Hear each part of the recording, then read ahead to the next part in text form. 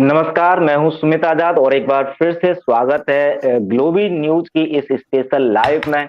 इस लाइव का उद्देश्य आपको कुछ इन्फॉर्मेशन देना नहीं बल्कि बहुत सारी ऐसी समस्याओं का समाधान देना है, जो समस्याएँ उन लोगों के साथ हो रही हैं, खासकर जो टीका नहीं लेना चाहते, फिर भी उनको जबरन टीकाकरण किया जा रहा है। जो देश की जनता तालाबंदी नहीं चाहती सरकार से, फिर भी बार-बार तालाबंदी की जा रही है। बाकी के और भी अन्य जो सरकार की गलत नीतियों के अत्याचार के दबे कुचले लोग हैं, वो हमेशा ही समाधान ढूँढते हैं। तो आज इस वीडियो के माध्यम से हम कुछ समाधान आप तक पहुँचाने का प्रयास कर रहे हैं, ताकि देश की जनता एक साथ मिल करके इन षड्यंत्रों या सरकार की गलत नीतियों के खिलाफ बोल करके इनका समाधान निकाल पाए। तो अभी हाल ही में जैसा कि आप देख रहे होंगे हमारे चैनल के माध्यम से भी लगभग 2 साल से या उससे भी ज़्यादा समय हो गया कि ये जो जबरन टीकाकरण है या ये जो तथाकथित महामारी है, इसके नाम पर जो षड्यंत्र रचे जा रहे हैं, इसके खिलाफ अक्सर बहुत सारे क्रांतिकारी अपने-अपने स्तर से लड़ाई लड़ रहे थे। लेकिन अभी हाल ही में एक काफ़ी बड़ा संगठन उभर के आया है इन सभी षड्यंत्रों के खिलाफ लड़ने में, उसका नाम है 8 पीएम क्रांति। अब इस 8 पीएम क्रांति के ही बहुत मुख्य सदस्य और उन्हीं के जिन्होंने स्टार्ट की, वो आज हमारे साथ मेहमान के रूप में इस लाइव से जुड़ रहे हैं। तो हालाँकि इसके ऊपर एक वीडियो हम पहले से कर चुके हैं शशांक सखा जी के साथ। तो वो वीडियो अगर आप देखना चाहते हैं 8 पीएम क्रांति के बारे में पूरा जानना चाहते हैं, तो लिंक इस वीडियो के डिस्क्रिप्शन में मिल जाएगा। लेकिन इस वीडियो को हम छोटा रखेंगे और बहुत ही महत्वपूर्ण केवल सवाल लेंगे। तो सबसे पहले मैं स्वागत करना चाहूँगा 8 पीएम क्रांति से शशांक सखा जी का। बहुत-बहुत स्वागत है सखा जी आपका ग्लोबल न्यूज़ में। जी, नमस्कार सुमित। जी, तो सबसे पहले तो जो आपका लगातार कार्य किए जा रहे हैं और आपके पूरे जो जितने भी सदस्य हैं, तो उस कार्य के लिए सबसे पहले बहुत-बहुत शुभकामनाएँ आपको। मैं एक छोटी-सी पहले अपडेट चाहूँगा 8 पीएम क्रांति के संगठन के बारे में, क्योंकि लास्ट टाइम भी जब आपसे बात हुई थी, तो आपने बताया कुछ 500 सदस्य उससे जुड़ चुके हैं। अभी औपचारिक जानकारियाँ देने के साथ-साथ कितने सदस्य अब तक 8 पीएम क्रांति से जुड़ गए हैं, वो एक थोड़ा मोटिवेशन के लिए लोगों को बता दीजिए? देखिए, इस समय जो अभी राइट नाउ अभी मैंने 1 घंटे पहले ही अपडेट लिया था टीम से कि कितने लोगों के नंबर्स इस समय हमारे पास अवेलेबल हैं। जी, तो टोटल नंबर जो हैं वो 3600 जो है हो चुके हैं।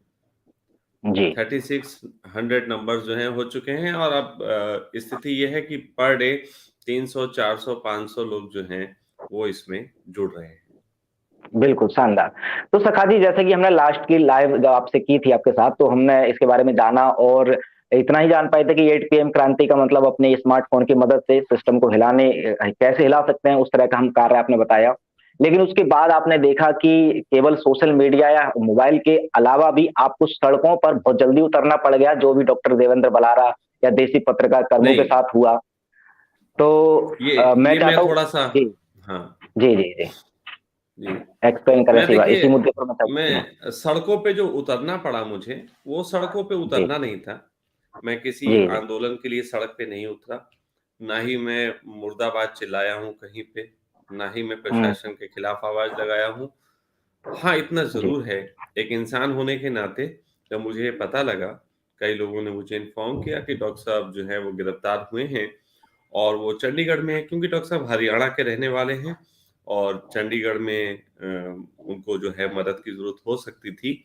तो एक इंसान होने के नाते मैं उन दिनों बीमार था, मुझे बुखार था, लेकिन फिर भी जी, मैं गया और हर संभव अपने तरीके से मैंने मदद की और जो भी हो सका, एक इंसानियत के नाते मैंने वहाँ किया।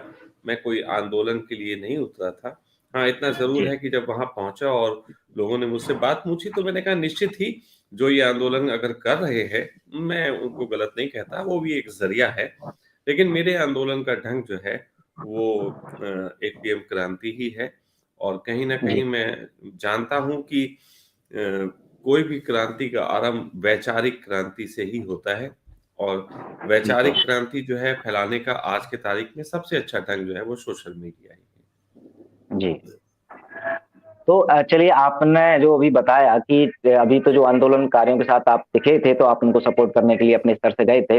लेकिन अब जैसा आपको लगता नहीं कि अभी जो घटना क्योंकि ये बहुत ज़्यादा ताज़ा उदाहरण है, अब आपने देखा कि डॉक्टर देवेंद्र बलारा या बाकी के जो उनके समर्थक आए थे, तो शायद उनका भी मन नहीं होगा कि हाँ, इस तरह का ये हादसा हो, लेकिन ये प्रशासन की तरफ से ही जब उनके साथ ऐसा बर्ताव हुआ, तो लोगों को मजबूरी में सड़कों पर आना पड़ा। तो क्या आपको है। लगता है देखो कि सच में ज़रूरत नहीं है सड़कों पर आने की?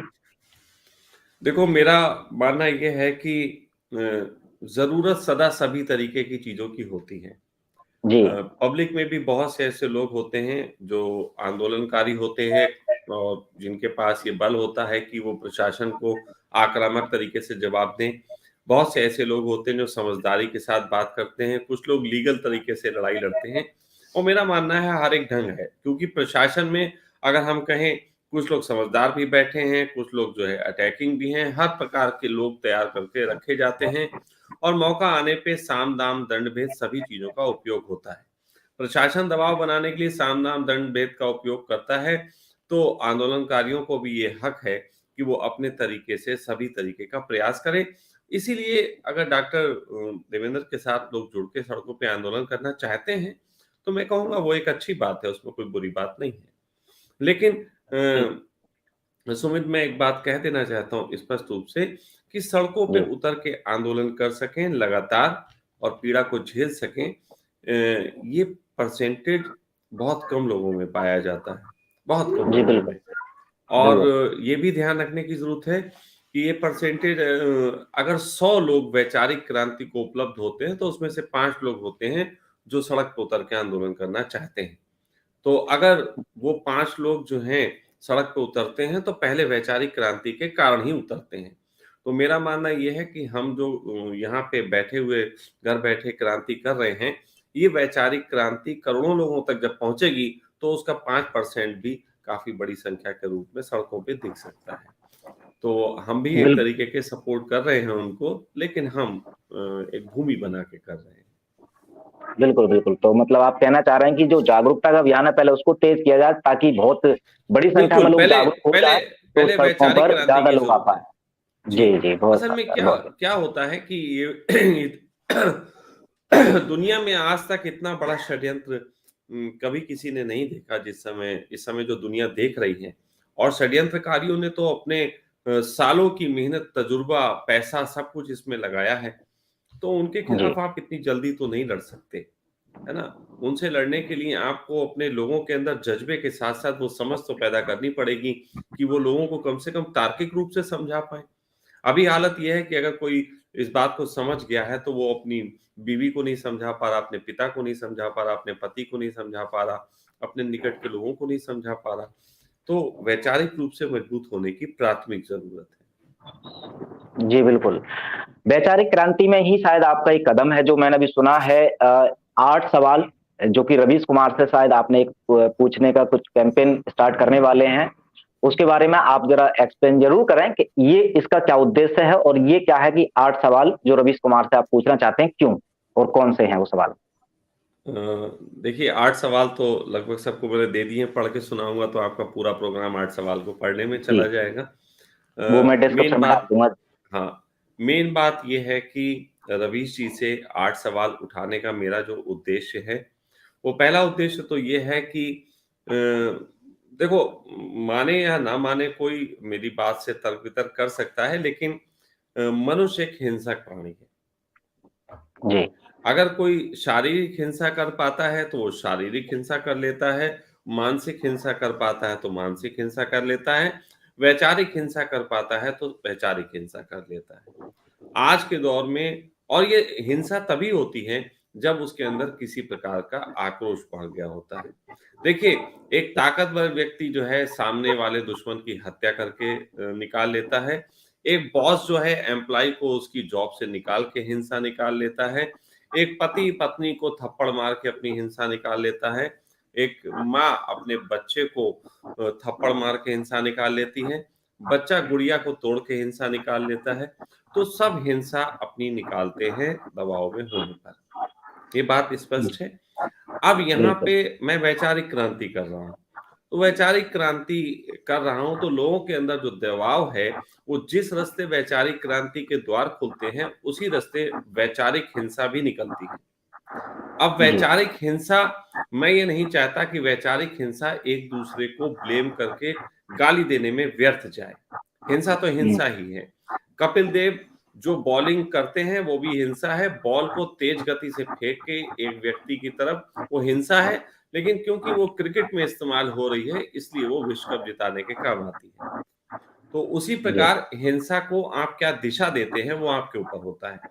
तो अगर आज मैं लोगों को सिर्फ वैचारिक क्रांति के नाम पे समाज में हो रही उन पे प्रेशर और इन सब की बातें करूंगा, तो वैचारिक हिंसा बढ़ के जो है अपने निकट के लोगों से लड़ाई लड़ने का काम कर देगी। तो इस सारी ऊर्जा को एक सही दिशा देना भी मेरा फर्ज है, और उस फर्ज के तहत मैंने उनको उनकी वैचारिक हिंसा को 8 प्रश्नों के रूप में वो हथियार बना के मैंने रवीश कुमार जी की तरफ उसको मोड़ा है। रवीश जी कुमार जी की तरफ मोड़ा है, उसका भी एक सीधा सा रीजन है कि रवीश कुमार जी अभी तक कम से कम सभी को ऐसा नजर आता है कि वो सरकार से डरते नहीं है और सरकार पे प्रश्न करने का साहस रखते हैं, ऐसा जी सबको नजर आता है। तो रवीश कुमार जी मुझे इसके लिए उपयुक्त पात्र लगे कि पहले उनसे ही पूछा जाए कि आखिर आप ये इतने 8 सवाल ये आपसे जो कर रहे हैं ये आप उठा क्यों नहीं रहे हैं, क्योंकि ये जायज सवाल हैं।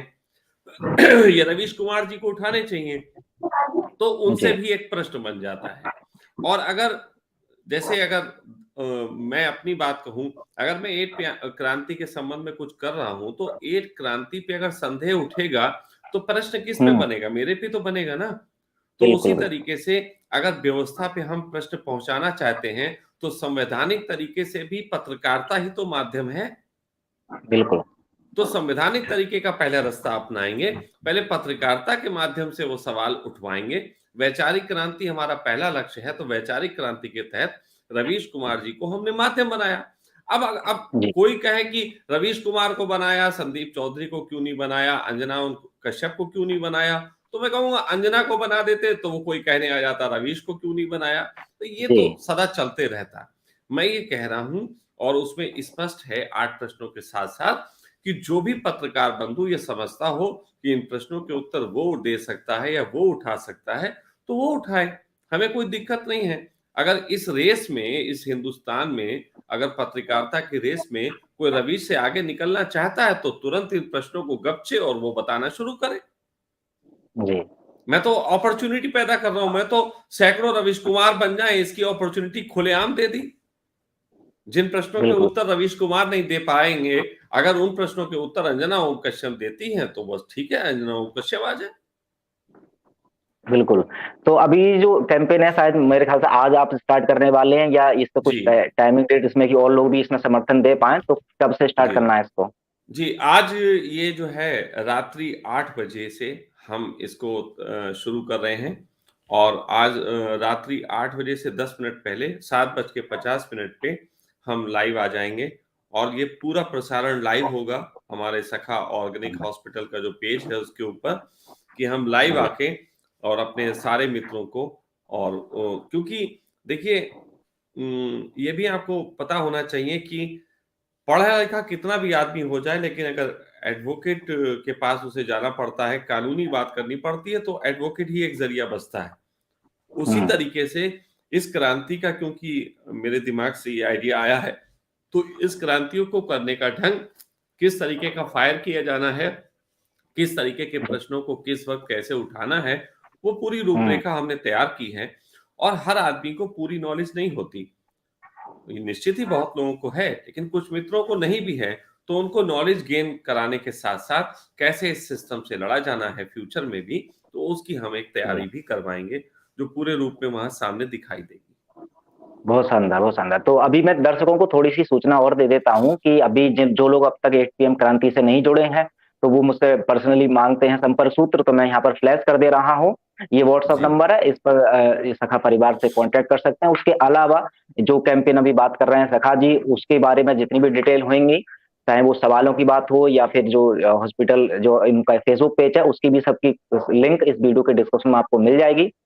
तो इस मुहिम से या इस संगठन से जुड़ करके आप दूसरों की सहायता कर भी सकते हैं और दूसरों की सहायता ले भी सकते हैं। इसमें कुछ और ऐड करना चाहें सखा जी तो कर दीजिए, फिर मैं अगले प्रश्न पर आता हूँ। देखिए देखिए एक सीधी सी बात है, कई लोग पूछते हैं कि 8 PM क्रांति सहज शब्दों में समझ में नहीं आती, थोड़ा बताएं कि है क्या। तो मैं कहता जी हूं कि आज हर चीज ऑनलाइन हो रही है। देखिए अब अदालती जी प्रक्रिया तक ऑनलाइन हो रही है, सरकार से बिल्कुल बिल्कुल सवाल पूछने की प्रक्रिया भी ऑनलाइन हो रही है। हमारे मोदी जी भी आके मन की बात ऑनलाइन ही करते हैं, मोदी जी भी कहते हैं किसी को प्रश्न भेजना हो तो हम पे भेजें। तो अभी ये एक ऐसा मंच तैयार किया जा रहा है जहां एक वैचारिक तरीके से हजारों लाखों लोग प्रश्नों को अपने एक ही वक्त में उठा सकें। ऐसा समझिए कि सरकार से ऑनलाइन सवाल पूछने का ये मंच है। सरकार से जी, ऑनलाइन सवाल पूछने का ये मंच है। पूछने का। बस ये ज़रूर है कि इस मंच से जब सवाल पूछा जाता है, क्योंकि जो सवाल हम उठाते हैं उसके संबंध में पहले वैचारिक समर्थन हासिल करते हैं, पहले उस विचार को हम लोगों को बताते हैं। जब वो विचार लोगों को समझ में आता है, जितनों को समझ में आता है, उतने उसमें जुड़ के आगे उसको पहुँचाने का काम करते हैं। तो ये खुली बात है। यहाँ पे बहुत से लोग होंगे जो इस क्रांति से जुड़े होंगे, लेकिन उन्हें शायद लगे कि रवीश कुमार का ये प्रश्न उचित नहीं है, तो वो हो सकता है उसको प्रश्न को ना उठाएं, ना पहुंचाएं। तो ऐसा मेरा कोई किसी के प्रति नहीं है। किसी दिन उनको जी, जब उनके ऊपर कोई दिक्कत होगी, वो प्रश्न उठाएंगे तो उसमें वो समर्थन देंगे, दूसरे नहीं देंगे।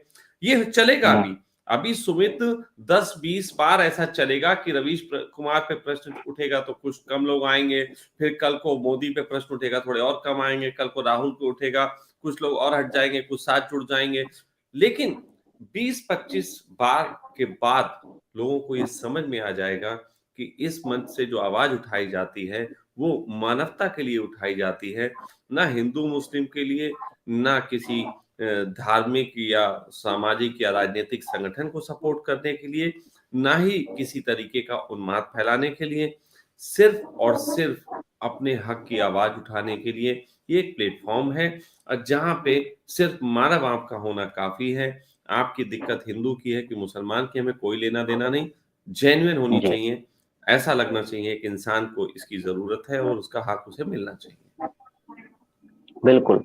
अच्छा सखा जी, एक बहुत ज़्यादा अहम सवाल, खासकर जो लोग अब एटीपीएम क्रांति से जैसे ही अब तक जुड़ चुके हैं या जुड़ेंगे, तो उनके सवाल ये ज़रूर रहता है कि अब चूँकि उनकी एक उम्मीद रहती है कि इस संगठन से जुड़ने का अर्थ ये है कि अगर मुझे कोई दिक्कत परेशानी आएगी, खासकर जबरन टीकाकरण के कोई भी अगर शिकार होते हैं, तो मेरी ये संगठन सहायता कर देगा। तो कैसे आप उस व्यक्ति तक पहुँच पाते हैं, या फिर वो व्यक्ति आप तक कैसे पहुँचेगा जो पीड़ित है? अगर किसी एक उदाहरण के तौर पर मैं जबरन टीकाकरण ले रहा हूँ, उसके अलावा और भी समस्याएँ हो सकती हैं। तो यदि किसी को कोई जबरन फ़ोर्स कर रहे हैं टीका लगाने के लिए और अब वो आपसे जुड़ करके सहायता लेना चाहता है, कैसे वो कनेक्ट हो पाता है सहायता लेने के लिए आपसे? देखिए होता ये है कि वो अपने प्रश्न भेज सकता है, अपनी बात भेज सकता है, लेकिन अगर कहीं ऑन रोड वो खड़ा हुआ है और उसको दिक्कत हो रही है, तो अभी जी, तो मैं नहीं कहूँगा इतनी सामर्थ्य हो गई मेरी कि कोई कहे यहाँ से कलकत्ता में सताया जा रहा हूँ, मैं तुरंत उसके फ़ेवर में लग जाऊँ। हाँ, ज़्यादा से जी, ज़्यादा मैं इतना ही कह सकता हूँ, उसे लड़ने का ढंग बता सकता हूँ, सिस्टम से लड़ने का तरीका बता सकता हूँ कि किस ढंग से लड़े ताकि कम हानि हो और सही ढंग की लड़ाई हो सके। साथ ही साथ अभी मैं 1 या 2 दिन के अंदर अभी मेरा विचार है कि मैं दिल्ली में एक मीटिंग रखने को हूँ और वो जी। खास-खास अभी लोगों की कुछ होगी, जो आना चाहेगा हुँ, उसमें आएगा, वो खास-खास हुँ, लोगों में। उसके बाद एक विचार पैदा होगा, उसमें फिर वकीलों हुँ, की कुछ टीम भी हम बनाएँगे। साथ-साथ एक पूरा इसका एक सिस्टम तैयार करेंगे कि जो लोग इस तरीके की चीज़ें हैं, वो कानूनी ढंग से कैसे लड़ सकें। बीच-बीच में हम अपने पेज पे लोगों को आके ये बता रहे हैं, वकीलों के साथ भी चर्चा हमने दिखाई है, पूरे आपके हुँ, संविधान में आपके क्या मूल अधिकार हैं, सब पे हम बात कर रहे हैं। तो लोगों को लगातार अपडेट रहना पड़ेगा। अब देखिए ऐसा जी, तो नहीं है कि उसको आज दिक्कत आई, वो कल जुड़ा, आज दिक्कत आई, उसने देखा कुछ है नहीं और सीधा आरोप लगा दे कि हमने तो मदद की नहीं, तो ये भी बात नहीं होती। हम लोगों को अवेयर करने का काम भी कर रहे हैं, लेकिन उसके लिए उन्हें अपडेट होना ज़रूरी है। ये बिल्कुल स्पष्ट बात है कि उनको हमारे जितने भी प्रोग्राम्स हैं, जितनी भी चीज़ें हैं, उन पे निगाह बनानी पड़ेगी। उनको सही लगने पे उचित लोगों तक पहुँचाने के लिए प्रयास भी करना पड़ेगा और तभी ये क्रांति आगे बढ़ सकती है। बिल्कुल, बहुत शानदार। तो इसमें थोड़ा-सा मैं पॉइंट ऐड करना चाहूँ कि मेरे साथ भी ये काफ़ी सारे लोग जुड़े हुए हैं, तो वो मुझसे भी जो ऑन द स्पॉट पूछते हैं कि अभी हमें फ़ोर्स किया जा रहा है, सुमित जी एकदम से कुछ डॉक्यूमेंट भेज दीजिए, हमको ये बता दीजिए, वो बता दीजिए व्हाट्सएप पर। तो उसका भी अर्थ सखा जी ने खुद ही बता दिया कि आप पहले से जो तैयारी है, आपके सामने समस्या आने से पहले ही आप तैयार हो जाइए, कौन-कौन से डॉक्यूमेंट आपको ज़रूरत पड़ सकती है, वो लेके रखिए। कौन-कौन सी आपको धाराएँ या कानून पता होना चाहिए, तो ऐसा नहीं है कि आप तभी के लिए इंतज़ार करते रहिए कि जब समस्या में पड़ेंगे, तभी ये जानकारी या डॉक्यूमेंट अपने पास रखेंगे।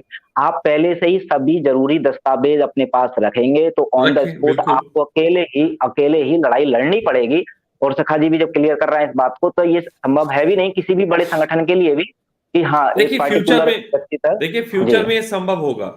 मैं आपको बता बिल्कुल। रहा हूं कि अभी फ्यूचर फिलहाल में ये नहीं। जी संभव होगा। और राइट नाउ नहीं है, बिल्कुल ईमानदारी की बिल्कुल। बात है। फ्यूचर में जब हम लाखों की संख्या में होंगे, तो मैं एक वेबसाइट के माध्यम से, किसी और माध्यम से एक फिल्टराइजेशन करके हर शहर के व्यक्ति का एक अलग ग्रुप बनाऊंगा। उस शहर के व्यक्तियों में फिर वो प्रक्रिया रखूंगा कि वहां पे एक व्यक्ति समझदार हो, उसकी एक ट्रेनिंग हो। जब वो लोगों के सामने रखा जाए कि फला जगह पे ये व्यक्ति आपकी मदद करेगा, उसका नंबर वहां के लोगों के पास हो। अगर कोई दिक्कत आती है तो वहां का एक पर्सनल ग्रुप भी हो, जिसमें वो बात फैला के और वो लोगों की फिजिकल हेल्प भी ले सकता है। लेकिन लेकिन ये एकदम तो नहीं होगा। आप ये समझ जी लीजिए कि आपने जो सरकारें चुनी है, जिनके पास इतना बड़ा सिस्टम है, वो भी एक व्यक्ति की तुरंत मदद नहीं कर पाते। तो अभी मुझसे ये उम्मीद अगर एकदम कोई करने लगता है तो थोड़ा-सा भ्रम में है। मैं किसी को भ्रम में नहीं रखना चाहता। बिल्कुल स्पष्ट बात है कि जिस दिन हमारे संगठन में 10-20 लाख एक्टिव मेंबर्स होंगे, उस दिन निश्चित ही हम इतनी बड़ी ताकत रखेंगे कि हम लोगों को हेल्प कर पाएँ। बिल्कुल फिज़िकली रूप से तुरंत जाके हेल्प कर पाएँ। तो ये हम सिस्टम तैयार जी करेंगे इसका। जी जी। अच्छा सगा जी, जब भी कोई संगठन अगर तेजी से जब बढ़ता है या लोगों की संख्या बहुत ज्यादा इतनी हो जाती है कि वो पूरे देश में जब पॉपुलर हो जाता है, तो एक सबके सामने आता है हर संगठन के आगे कि कुछ राजनीतिक पार्टियां उनके साथ अप्रोच करती हैं और वो चाहती हैं कि हाँ हम कुछ अच्छे कार्य कर लें और इनका समर्थन ले लें। मैं जानना चाहता हूँ सखा जी से कि क्या भविष्य में अगर ये संगठन और फलता बढ़ता है खूब अच्छे से और होगा ही ऐसा, क्या वो किसी राजनीतिक पार्टी को भी सपोर्ट करेंगे? देखो, मैं आपको बता दूँ, मैं किसी को सपोर्ट तो नहीं करूँगा। मैं बहुत पुरानी एक घटना बता देता हूँ, इससे आप मेरा तरीका समझ जाएँ। सन जी जी 2009 में मैंने एक इलेक्शन लड़वाया था, जिसमें एक लड़के को खड़ा किया था और वो इलेक्शन था जी वोट फॉर लव, प्रेम के ऊपर मैं लड़ाई लड़ रहा था। क्योंकि जी। जैसे अभी की तारीख में बात है, लोग कोरोना में भयभीत हैं, लेकिन खुल के हम्म, बात नहीं कह सकते, लेकिन अपना लाइक हम्म, कमेंट तो कर सकते हैं। तो उस समय भी हमारे उस शाहजहाँपुर में मैं प्रेमियों की बहुत हेल्प की थी और उसके कारण मुझे पीड़ा भी हुई, मुझे कई बार टॉर्चर किया गया पुलिस में, बदनाम किया गया अखबारों में। तो मेरे जी को बिल्कुल तोड़ दिया गया था। मैं सुमित वो हम्म, दौर देखे हूँ कि मैं सड़क पे निकलता था, लोग छतों से थूक देते थे। तो उस जी दौर में मैंने अपने आप को एक रूप से तैयार किया और मैंने कहा मैं फाइट करूँगा और लोग जो मेरे संग खुल के आ सकते हैं, वो सड़कों पे उतरे, जो नहीं आ सकते, वो मोहर तो लगा सकते हैं। तो मैंने इलेक्शन को एक ज़रिया बनाया था, 2009 में। हम्म, तो हम 5-7 लड़के मेरे साथ ऐसे आए थे, जो रोड पे भी निकलने को तैयार हुए थे। हम लोगों की एनर्जी देख के वहाँ के एक नेता ने हमें अप्रोच किया कि आप लोग जो हैं प्रति व्यक्ति, अब हम लोगों ने उस समय हम पे कोई पैसे नहीं थे क्योंकि मैं घर त्याग चुका था और हैंड टू जी माउथ था, कुछ थोड़े बहुत लोग सपोर्ट करते थे, उससे भोजन चलता था हमारा। तो उस समय टोटल 20,000 रुपीज़ हमारे पास हो पाए थे, जिसमें से 10,000 रुपीज़ तो वो लग गए थे। एक व्यक्ति था, जी उसने वो प्रेमी था, मुझे मानता था, उसने मुझे 2 लाख रुपए देने का वादा किया था कि मैं 2 लाख रुपए दूँगा और आप ये इलेक्शन लड़िए। अच्छा, मैंने हम्म, इलेक्शन अनाउंस कर दिया, उसके तीसरे दिन की घटना थी कि उस लड़के की डेथ हो गई। वो एक एक्सीडेंट में मारा गया। हम हम इलेक्शन अनाउंस कर चुके हैं, पैसे हमारे पास हैं नहीं और हमने ये इलेक्शन लड़ा, तो हमारी स्ट्रेटजी बहुत अच्छी थी और लोगों को हमारा ढंग जी पसंद आ रहा था। तो एक नेता ने अप्रोच किया, उसने कहा आपकी टीम के जितने भी मेंबर्स हैं, सबको हम 2-2 लाख रुपए देंगे। आप लोग हमारे से जुड़ जाइए और हमारा प्रचार करिए। हम्म, तो मैंने शाम को अपनी सारी टीम को बैठाला और मैंने कहा भाई बताओ, 2-2 लाख रुपए आ रहे हैं, अब बताओ करना क्या है? मैं तो सबके सामने बात करता हूँ खुल के। तो मैंने जी कहा जी बताओ करना क्या है? हम आपके इरादे जानना चाहते हैं।